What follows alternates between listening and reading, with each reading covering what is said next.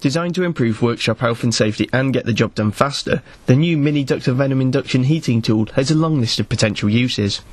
Reviewing it for Garage Wire, Jason Smith of JGS Autos in Redditch told us that the Venom makes for a handy addition to your kit. Yeah, it was really nice. It was in a good robust case. Real simple, quick start instructions, which I thought was dead good, because rarely instructions get read in full. There's the standard fitting for it that goes on the normal bolts, and then you've got a couple of leads that you can make up your own coils to get into awkward spaces, heat up bearings, gears and that for gearboxes, so it's pretty universal.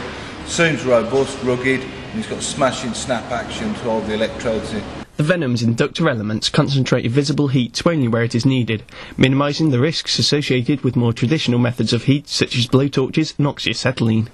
Induction innovations say Venom releases ferrous and some non-ferrous metals from corrosion and threadlock compounds up to 90% faster, and that it's capable of turning a 3/4 inch nut red hot in under 15 seconds. Set your tool up so you can get actually to the fastener you need to heat. You might need to bend it or wiggle it a bit so you can get there.